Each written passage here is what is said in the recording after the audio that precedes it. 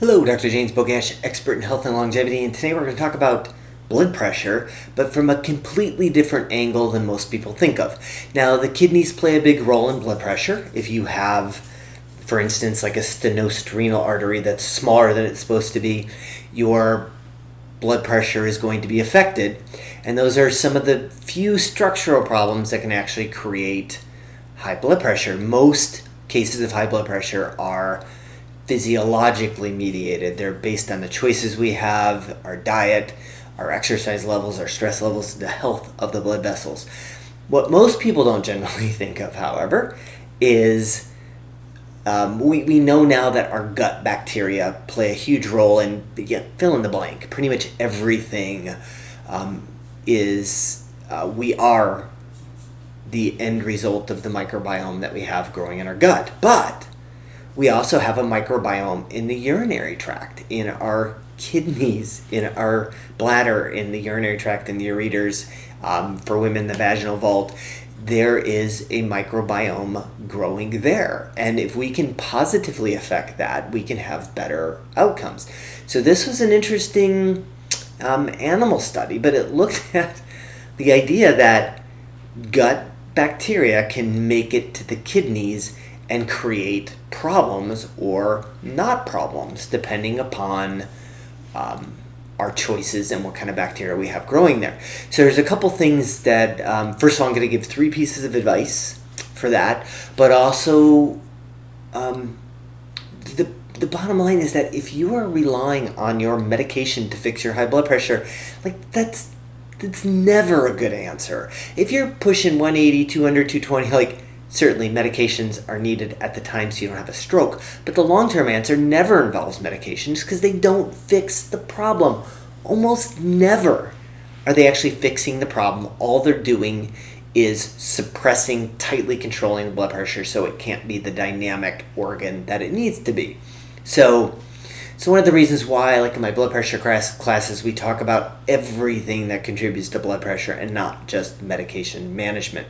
So that's an unfortunate aspect, is that most patients don't get that advice about how to lower their blood pressure. Instead, it's just a medication juggling act. So in this study, one of the interesting things is that so what ended up happening was gut bacteria made it to the kidneys and specific bacteria created problems. Mainly Klebsiella pneumonia was one of the biggest factors in there. But when they gave the mice tartary buckwheat, a different type of buckwheat, it got rid of the bad effects in the kidney. So that leads to our 3 tips that I'm going to give you on managing blood pressure from a microbiome standpoint. The first one is antibiotics. Nothing will destroy your microbiome more than taking antibiotics. I can't stress this strong enough. If you're about to lose a limb from necrotizing fasciitis or a septic infection, that's not the time to argue. But so many people are given antibiotics just because, or just in case, or for viral infections, or not even giving their body a chance to fight something off. Avoid antibiotics unless they are absolutely necessary. It's number 1, and it continues to be the number 1 advice, and it continues to go on. We still have a huge number of antibiotic prescriptions that are not needed in Western medicine. The second one is having a broad-based diet with lots of phytonutrients. So sorry for the carnivores out there, but all these plant-based compounds start to or support the growth of bacteria that we want. Think berries, think tea, think coffee, think sunlight actually helps us with our microbiome. Exercise helps us with our microbiome. But the buckwheat, we know that whole grains contain certain antioxidants, and that might be one factor where they're helping. The other one, and the third tip, is having a diet based on a broad intake of different fibers.